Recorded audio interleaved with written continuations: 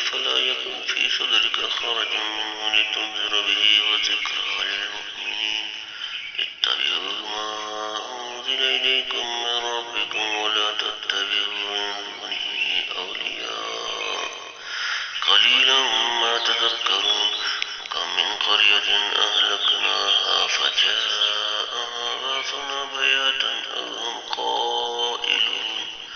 فما كان دعواهم إذ جاءهم بأسنا إلا أن قالوا إنا كنا ظالمين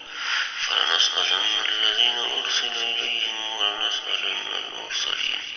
فلنقصن عليهم بعلم وما كنا غائبين والوزن يومئذ الحق من ثقلت موازينه فأولئك هم المفلحون ومن خفت موازينه فأولئك الذين خسروا أنفسهم بما كانوا بآياتنا يظلمون ولقد مكناكم في الأرض جعلنا لكم فيها معيش قليلا ما تشكرون ولقد خلقناكم ثم صورناكم ثم قلنا للملائكة اسجدوا لآدم فسجدوا إلا إبليس لم يكن من الساجدين قال ما منعك ألا تسجد إذ أمرت وقال أنا خير منه خلقتني من نار وخلقته من طين قال فاهبط منها فما يكون لك أن تتكبر فيها فاخرج إنك من الصاغرين قال أنظرني إلى يوم يبعثون قال إنك من المنظرين قال فبما أغويتني لأقعدن لهم صراطك المستقيم ثم لآتينهم من بين أيديهم ومن خلفهم وعن أيمانهم وعن شمائلهم ولا تجد أكثرهم شاكرين قال اخرج منها مذءوما مدحورا لمن تبعك منهم لأملأن جهنم منكم أجمعين ويا آدم اسكن أنت وزوجك الجنة فكلا من حيث شئتما ولا تقربا هذه الشجرة فتكونا من الظالمين ووسوس لهما الشيطان ليبدي لهما ما بوري عنهما من سوآتهما وقال ما نهاكما ربكما عن هذه الشجرة إلا أن تكونا ملكين أو تكونا من الخالدين فكاسبهما إني لكما لمن الناصحين فدلاهما بغرور فلما ذاقا الشجرة بدت لهما سوآتهما وطفقا يخصفان عليهما من ورق الجنة وناداهما ربهما ألم أنهكما عن تلكما الشجرة وأقل لكما إن الشيطان لكما عدو مبين قال ربنا ظلمنا أنفسنا وإن لم تغفر لنا وترحمنا لنكونن من الخاسرين قال اهبطوا بعضكم لبعض عدو ولكم في الأرض مستقر ومتاع إلى حين قال فيها تحيون وفيها تموتون ومنها تخرجون يا بني آدم قد أنزلنا عليكم لباسا يواري سوآتكم وريشا ولباس التقوى ذلك خير ذلك من آيات الله لعلهم يذكرون يا بني آدم لا يفتننكم الشيطان كما أخرج أبويكم من الجنة ينزع عنهما لباسهما ليريهما سوآتهما إنه يراكم هو وقبيله من حيث لا ترونهم إنا جعلنا الشياطين أولياء للذين لا يؤمنون وإذا فعلوا فاحشة قالوا وجدنا عليها آباءنا والله أمرنا بها قل إن الله لا يأمر بالفحشاء أتقولون على الله ما لا تعلمون قل أمر ربي بالقسط وأقيموا وجوهكم عند كل مسجد وادعوه مخلصين له الدين كما بداكم تعودون فريقا هدى الله فريقا هدى فريقا حق عليهم الضلالة وإنهم اتخذوا الشياطين أولياء من دون الله يحسبون أنهم مهتدون يا بني آدم خذوا زينتكم عند كل مسجد وكلوا واشربوا ولا تسرفوا إنه لا يحب المسرفين قل من حرم زينة الله التي أخرج لعباده والطيبات من الرزق قل هي للذين آمنوا في الحياة الدنيا خالصة يوم القيامة نفصل الآيات لقوم يعلمون قل إنما حرم ربي الفواحش ما ظهر منها وما بطن والإثم والبغي بغير الحق وأن تشركوا بالله ما لم ينزل به سلطانا وأن تقولوا على الله ما لا تعلمون ولكل أمة أجل فإذا جاء أجلهم لا يستأخرون ساعة ولا يستقدمون يا بني آدم إما يأتينكم رسل منكم يقصون عليكم آياتي فمن اتقى وأصلح فلا خوف عليهم ولا هم يحزنون والذين كذبوا بآياتنا واستكبروا عنها أولئك أصحاب النار هم فيها خالدون ومن أظلم ممن افترى على الله كذبا أو كذب بآياته أولئك ينالهم نصيبهم من الكتاب حتى إذا جاءتهم رسلنا يتوفونهم قالوا أين ما كنتم تدعون من دون الله قالوا ضلوا عنا وشهدوا على أنفسهم أنهم كانوا كافرين قال ادخلوا في قد خلت من قبلكم من الجن والإنس في النار كلما دخلت أمة لعنت أختها حتى إذا اداركوا فيها جميعا قالت أخراهم لأولاهم ربنا هؤلاء يذلونا فآتهم عذابا ضعفا من النار قال لكل ضعف ولكن لا تعلمون فقالت أولاهم لأخراهم فما كان لكم علينا من فضل فذوقوا العذاب بما كنتم تكسبون إن الذين كذبوا بآياتنا واستكبروا عنها لا تفتح لهم أبواب السماء ولا يدخلون الجنة حتى يلج الجمل في سم الخياط وكذلك نجزي المجرمين لهم من جهنم مهاد ومن فوقهم غواش وكذلك نجزي الظالمين والذين آمنوا وعملوا الصالحات لا نكلف نفسا إلا وسعها أولئك أصحاب الجنة هم فيها خالدون ونزعنا ما في صدورهم من غل تجري من تحتهم الأنهار وقالوا الحمد لله الذي هدانا لهذا وما كنا لنهتدي لولا أن هدانا الله لقد جاءت رسل ربنا بالحق ونودوا أن تلكم الجنة أورثتموها بما كنتم تعملون ونادى أصحاب الجنة أصحاب النار أن قد وجدنا ما وعدنا ربنا حقا فهل وجدتم ما وعد ربكم حقا قالوا نعم فأذن مؤذن بينهم اللعنة الله على الظالمين الذين يصدون عن سبيل الله يبغونها عوجا وهم بالآخرة كافرون وبينهما حجاب وعلى الأعراف رجال يعرفون كلا بسيماهم ونادوا أصحاب الجنة أن سلام عليكم لم يدخلوها وهم يطمعون وإذا صرفت أبصارهم تلقاء أصحاب النار قالوا ربنا لا تجعلنا مع القوم الظالمين الذين يصدون عن سبيل الله ويبغونها عوجا وهم بالآخرة كافرون وبينهما حجاب وعلى الأعراف رجال يعرفون كلا بسيماهم ونادوا أصحاب الجنة أن سلام عليكم لم يدخلوها وهم يطمعون وإذا صرفت أبصارهم تلقاء أصحاب النار قالوا ربنا لا تجعلنا مع القوم الظالمين ونادى أصحاب الأعراف رجالا يعرفونهم بسيماهم قالوا ما أغنى عنكم جمعكم وما كنتم تستكبرون أهؤلاء الذين أقسمتم لا ينالهم الله برحمة ادخلوا الجنة لا خوف عليكم ولا أنتم تحزنون ونادى أصحاب النار أصحاب الجنة أن أفيضوا علينا من الماء أو مما رزقكم الله قالوا إن الله حرمهما على الكافرين الذين اتخذوا دينهم لهوا ولعبا فغرتهم الحياة الدنيا فاليوم ننساهم كما نسوا لقاء يومهم هذا وما كانوا بآياتنا يجحدون ولقد جئناهم بكتاب فصلناه على علم هدى ورحمة لقوم يؤمنون هل ينظرون إلا تأويل يوم يأتي تأويله يقول الذين نسوه من قبل قد جاءت رسل ربنا بالحق فهل لنا من شفعاء فيشفعوا لنا أو نرد فنعمل غير الذي كنا نعمل قد خسروا أنفسهم وضل عنهم ما كانوا يفترون إن ربكم الله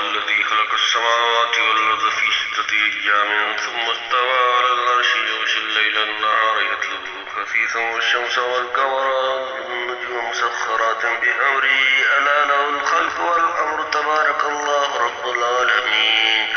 ادعوا ربكم تضرعا وخفية إنه لا يحب المعتدين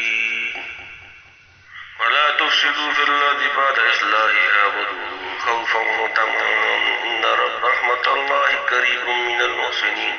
وهو الذي يرسل الرياح بشرا بين يدي رحمته حتى إذا أقلت سحابا ثقالا سقناه لبلد ميت فأنزلنا به الماء فأخرجنا به من كل الثمرات كذلك نخرج الموتى لعلكم تذكرون والبلد الطيب يخرج نباته بإذن ربه والذي خبث لا يخرج إلا نكدا كذلك نصرف الآيات لقوم يشكرون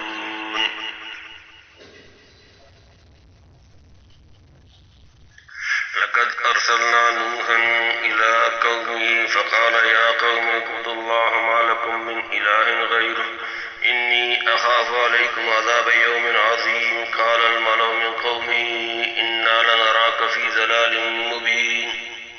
قال يا قوم ليس بي ضلالة ولكني رسول من رب العالمين أبلغكم رسالات ربي وأنصح لكم وأعلم من الله ما لا تعلمون أواجبتم أن جاءكم ذكر من ربكم على رجل منكم لينذركم ولتتقوا ولعلكم ترحمون فكذبوه فأنجيناه والذين معه في الفلك وأغرقنا الذين كذبوا بآياتنا إنهم كانوا قوما عمين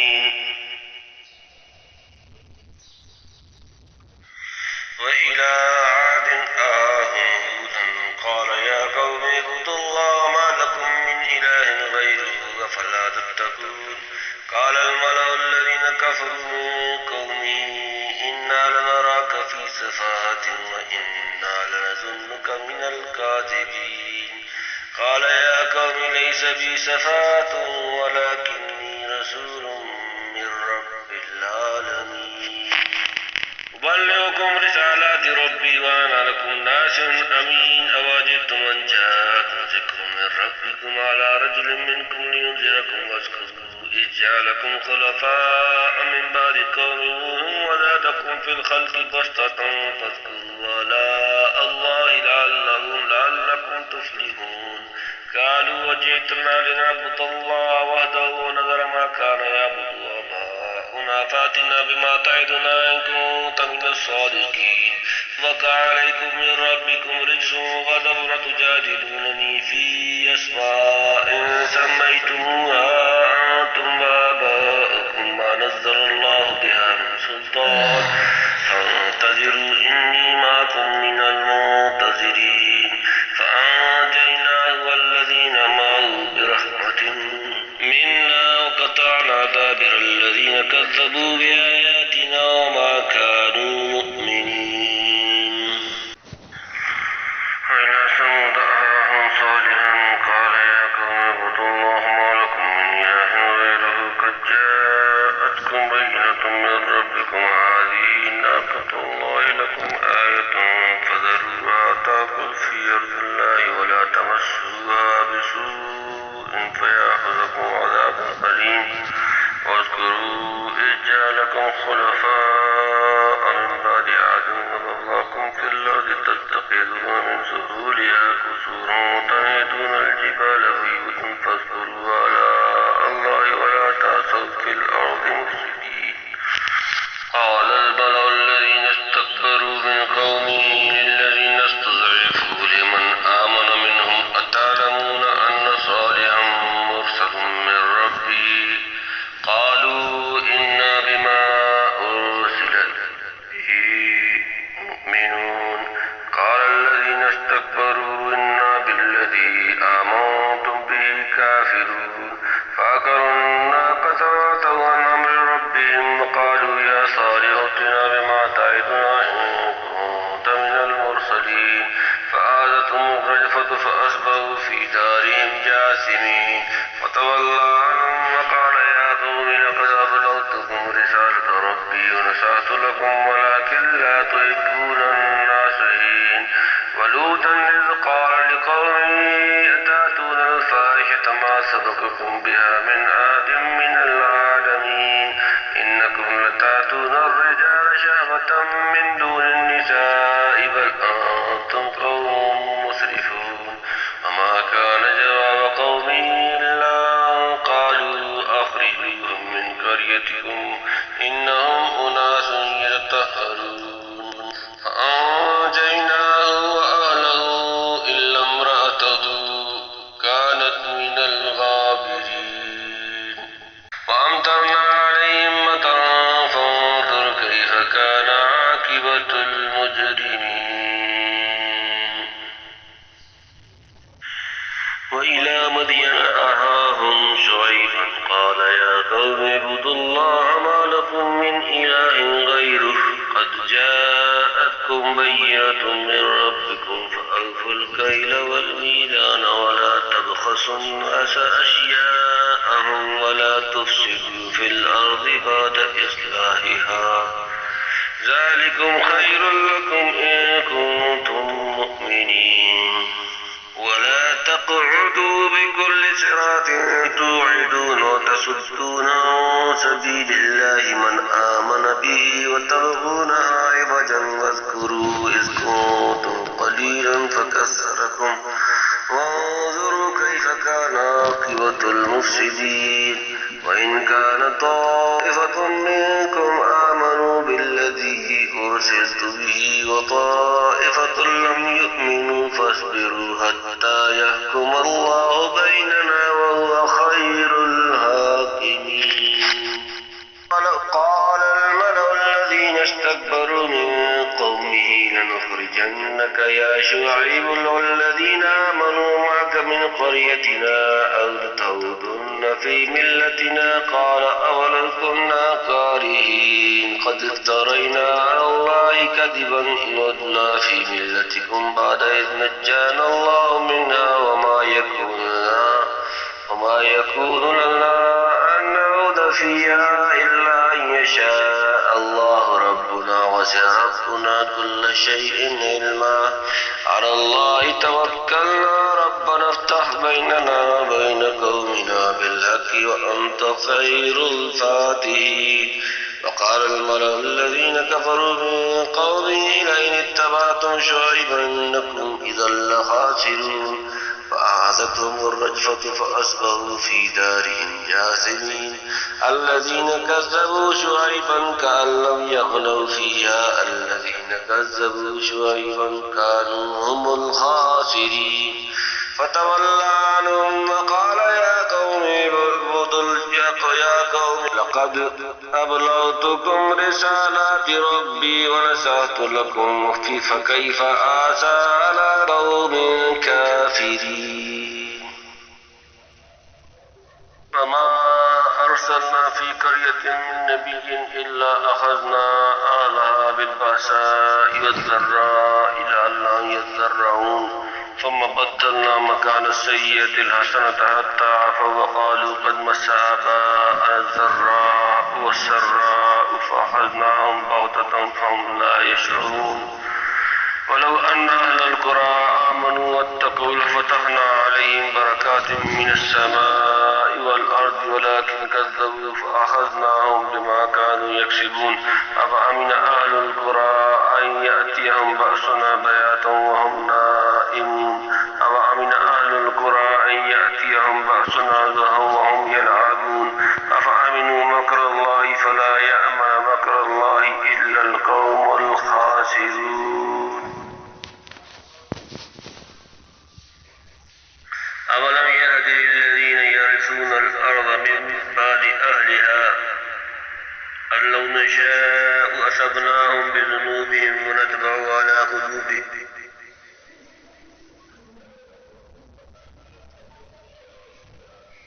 فهم لا يسمعون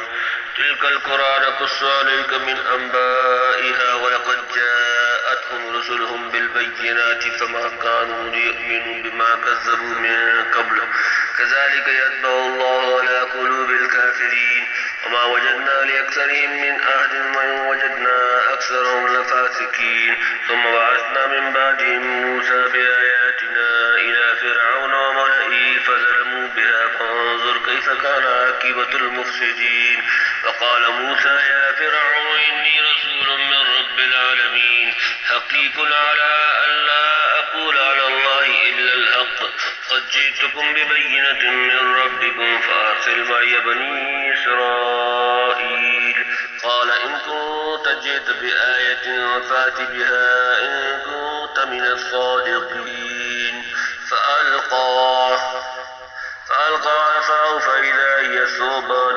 مبين ونزع يده فإذا هي بيضاء للناظرين. قال الملأ من قوم فرعون إن هذا لساحر عليم يريد أن يخرجكم من أرضكم فماذا تأمرون. قالوا أرجع وأخاه وأرسل في ماء خاشرين يأتوك بكل ساحر عليم. وجاء السحرة فرعون قالوا إن لنا لأجرا إن كنا نحن الغالبين. قال نعم وإنكم لمن المقربين. قالوا يا موسى إما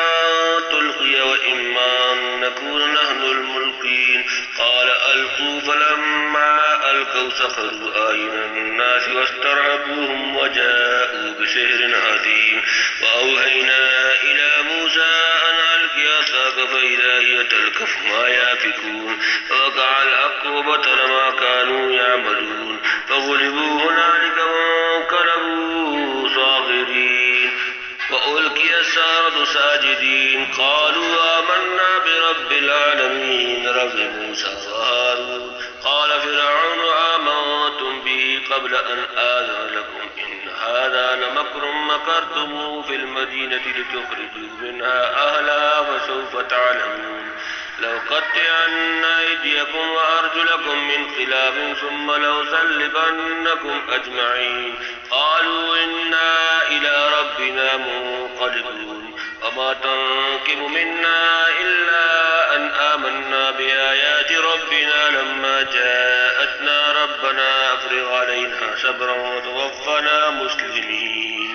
وقال الملأ من قوم فرعون أتذر موسى وقومه ليفسدوا في الأرض ويذرك وآلهتك قال سنقتل أبناءهم ونستحيي نساءهم وإنا فوقهم قاهرون. قال موسى لقوم استعينوا بالله واصبروا إن الأرض لله يورثها من يشاء من عباده والعاقبة للمتقين. أوذينا من قبل أن تأتينا من بعد ما جئتنا قال عسى ربكم أن يهلك عدوكم ويستخلفكم في الأرض فينظر كيف تعملون. وقال الملأ من قوم فرعون أتذر موسى ولقد أخذنا آل فرعون بالسنين ونقص من الثمرات لعلهم يذكرون. وإذا جاءتهم الحسنة قالوا لنا هذه وإن تصبهم سيئة يطيروا بموسى ومعه ألا إنما طائرهم عند الله ولكن أكثرهم لا يعلمون. فقالوا وما تأتنا به من آية لتسحرنا بها فما نحن بمؤمنين. فأرسلنا عليهم الطوفان والجراد والكمل والضفادع والدم آيات مفصلات فاستكبروا وكانوا قوما مجرمين. ولما وقع عليهم الرجز قالوا يا موسى ادع لنا ربك بما عهد عندك لئن كشفت عنا الرجز لنؤمنن لك ولنرسلن معك بني إسرائيل.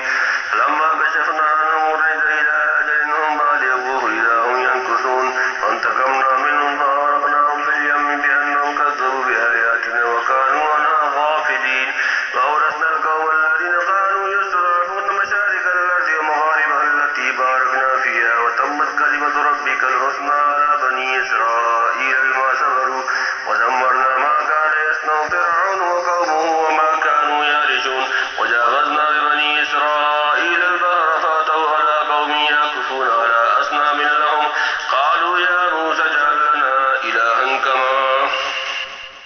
لهم آلهة قال إنكم قوم تجهلون إن هؤلاء متبر ما هم فيه وباطل ما كانوا يعملون. قال غير الله أبغيكم إلها وهو فضلكم على العالمين وإذا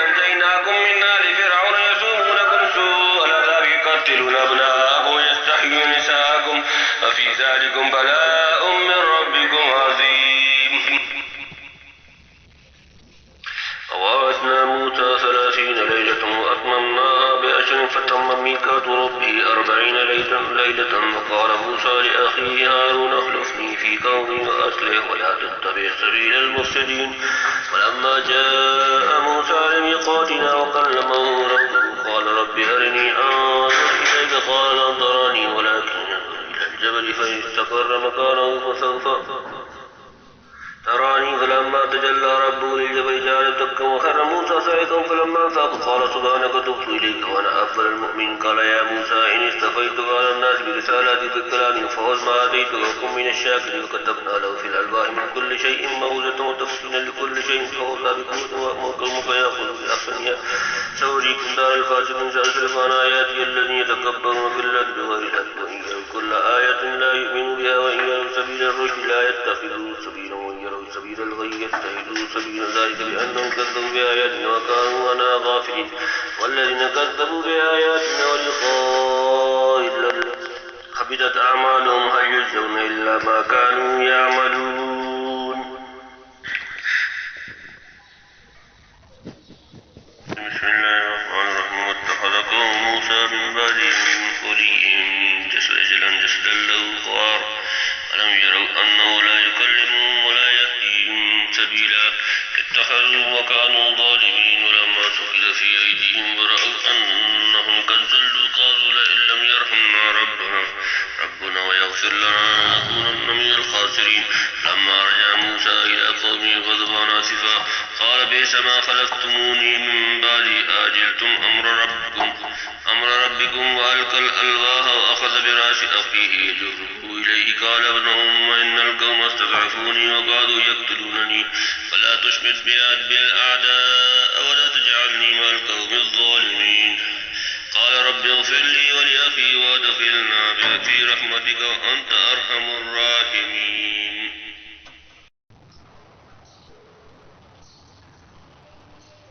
ليلتين لهم غضب من رب وذلة في الحياة الدنيا وكذلك نجزي المفترين. والذين عملوا السيئات ثم تابوا من بعدها وآمنوا إن ربك من بعدها لغفور رحيم. ولما سكت عن موسى الغضب أخذ الألواح وفي نسختها هدى ورحمة للذين هم لربهم يرهبون. واختار موسى قومه 70 رجلا لميقاتنا فلما أخذتهم الرجفة فقال رب لو شئت أهلكتهم من قبل وإياي أتهلكنا بما فعل السفهاء منا إن هي إلا فتنتك تذل بها من تشاء وتهدي من تشاء أنت ولينا فاغفر لنا وارحمنا وأنت خير الغافرين. واكتب لنا في هذه الدنيا حسنة وفي الآخرة إنا هدنا إليك. قال عذابي يصيب به من أشاء ورحمتي وسعت كل شيء فسأكتبها للذين يتقون ويؤتون الزكاة والذين هم بآياتنا يؤمنون. الذين يتبعون الرسول النبي الأمي الذي يجدونه مكتوبا عندهم في التوراة والإنجيل يأمرهم بالمعروف وينهاهم عن المنكر ويحل لهم الطيبات ويحرم عليهم الخبائث ويدعهم عنهم إسرهم والأغلال التي كانت عليهم. فالذين آمنوا به واتبعوه ونصروه واتبعوا النور الذي أنزل معه أولئك هم المفلحون.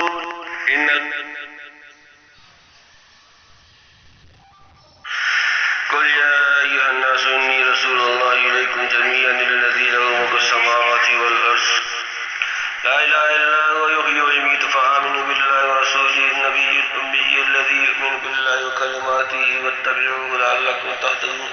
ومن قوم موسى أمة يهدون بالحق وبه يعدلون قطعناه لهم 12 أسباط وأوحينا إلى موسى إذ استصقاه قومه ونزل بعصاك الحجر فانبجست منه 12 عينا قد علم كل أناس مشربهم وظللنا عليهم الغمام وأنزلنا عليهم المن والسلوى كلوا من طيبات ما رزقناكم وما ظلمونا ولكن كانوا أنفسهم يظلمون. وإذا قيل لهم اسكنوا هذه القرية وكلوا منها حيث شئتم وقولوا حطة وادخلوا الباب سجدا نغفر لكم خطيئاتكم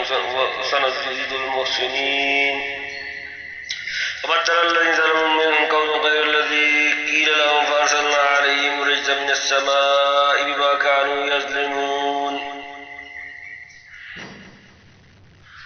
واسألهم عن القرية التي كانت حاضرة البحر إذ يعدون في السبت إذ تأتيهم حيتانهم يوم سبتهم شرا ويوم لا يسبتون لا تأتيهم كذلك نبلوهم بما كانوا يفسقون وإذ قالت أمة منهم لم تعظون قوما الله مهلكهم أو معذبهم عذابا شديدا قالوا معذرة إلى ربكم ولعلهم يتقون فلما نسوا ما ذكروا به أنجينا الذين ينهون عن السوء وأخذنا الذين ظلموا بعذاب بئيس بما كانوا يفسقون فلما عتوا عما نهوا عنه ما قلنا لهم كونوا قردة خاسئين وإذ تأذن ربك ليبعثن عليهم إلى يوم القيامة من يسومهم سوء العذاب إن ربك لسريع العقاب وإنه لغفور رحيم وقطعناهم في الأرض أمما منهم الصالحون ومنهم دون ذلك وبلوناهم بالحسنات والسيئات لعلهم يرجعون فخلف من بعدهم خلف ورثوا الكتاب يأخذون هذا الأدنى ويقولون سيغفر لنا وإن يأتيهم أرض مثله يأخذوا ألم يؤخذ عليهم ميثاق الكتاب ألا يقولوا على الله إلا الحق ودرسوا ما فيه والدار الآخرة خير للذين يتقون أفلا تعقلون والذين يمسكون بالكتاب وأقاموا الصلاة وإنا لا نضيع أجر المصلحين وإذ نتقنا الجبل فوقهم كأنه ظلة وظنوا أنه واقع بهم خذوا ما آتيناكم بقوة واذكروا ما فيه لعلكم تتقون وإذ أخذ ربكم من بني آدم من ظهورهم وذريتهم وأشهدهم على أنفسهم ألست بربكم قالوا بلى شهدنا أن تقولوا يوم القيامة إنا كنا عن هذا غافلين أو تقولوا إنما أشرك آباؤنا من قبل وكنا ذرية من بعدهم أفتهلكنا بما فعل المبطلون وكذلك نفسر الآيات لعلهم يرجعون واتل عليهم نبأ الذي آتيناه آياتنا فانسلخ منها واتبعه الشيطان فقال من الغاوين ولو شئنا لرفعناه بها ولكنه أخلد إلى الأرض واتبع هواه فمثله كمثل الكلب إن تحمل عليه يلهث أو تترك يلهث ذلك مثل القوم الذين كذبوا بآياتنا فاقصص القصص لعلهم يتفكرون ساء مثل القوم الذين كذبوا بآياتنا فأنفسهم كانوا يظلمون من يهد الله فهو المهتدي ومن يضلل فأولئك هم الخاسرون ولقد ذرأنا لجهنم كثيرا من الجن والإنس لهم قلوب لا يفقهون بها ولهم أعين لا يبصرون بها ولهم آذان لا يسمعون بها أولئك كالأنعام بل هم أضل أولئك هم الغافلون ولله الأسماء الحسنى فادعوه بها وذروا الذين يلحدون في أسمائه سيجزون ما كانوا يعملون من خلقنا أمة يهدون بالحق وبه يعدلون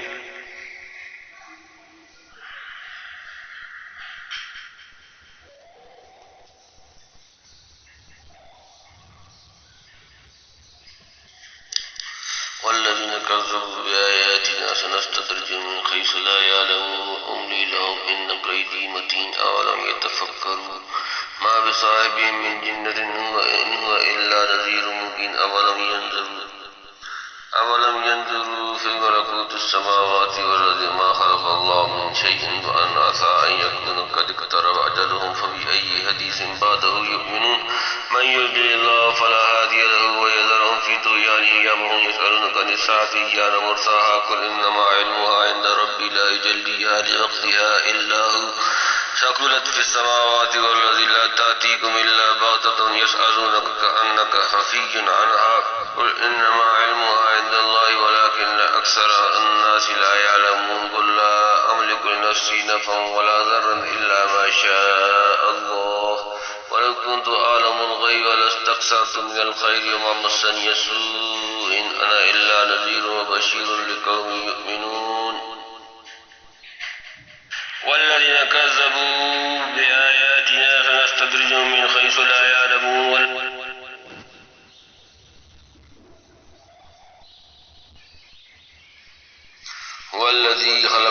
والذي خلقكم من نفس واحدة وجعل منها زوجها ليسكن إليها فلما تغشاها حملت حملا خفيفا فمرت به فلما أثقلت دعوا الله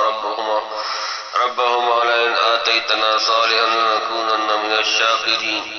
من الشاكرين فلما آتاهما صالحا جعل له شركاء فيما آتاهما فتعالى الله عما يشركون أيشركون ما لا يخلق شيئا وهم يخلقون ولا يستطيعون لهم نصرا ولا أنفسهم ينصرون وإن تدعوهم إلى الهدى لا يتبعوكم سواء عليكم أدعوتموهم أم أنتم صامتون إن الذين تدعون من دون الله عباد أمثالكم فادعوهم فليستجيبوا لكم إن كنتم صادقين ألهم أرجل يمشون بها أم لهم أيد يبطشون بها أم لهم أعين يبصرون بها أم لهم آذان يسمعون بها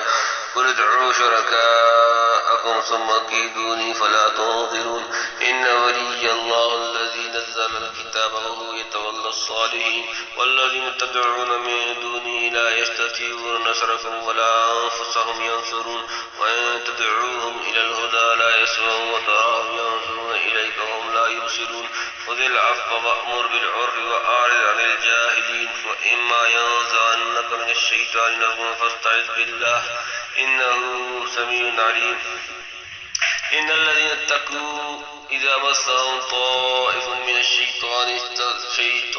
تذكروا فإذا هم مبصرون وإخوانهم يمدونهم في الغي ثم لا يبصرون وإذا لم تأتهم بآية قالوا لولا اجتبيتها قل إنما أتبع ما يوحى إلي من ربي هذا بصائر من ربكم وهدى ورحمة لقوم يؤمنون وإذا قرئ القرآن فاستمعوا له وأنصتوا لعلكم ترحمون واذكر ربك في نفسك تضرعا وخيفة ودون الجهر من القول بالغدو والآصال ولا تكن من الغافلين إن الذين عند ربك لا يستكبرون عن عبادته ويسبحونه وله يسجدون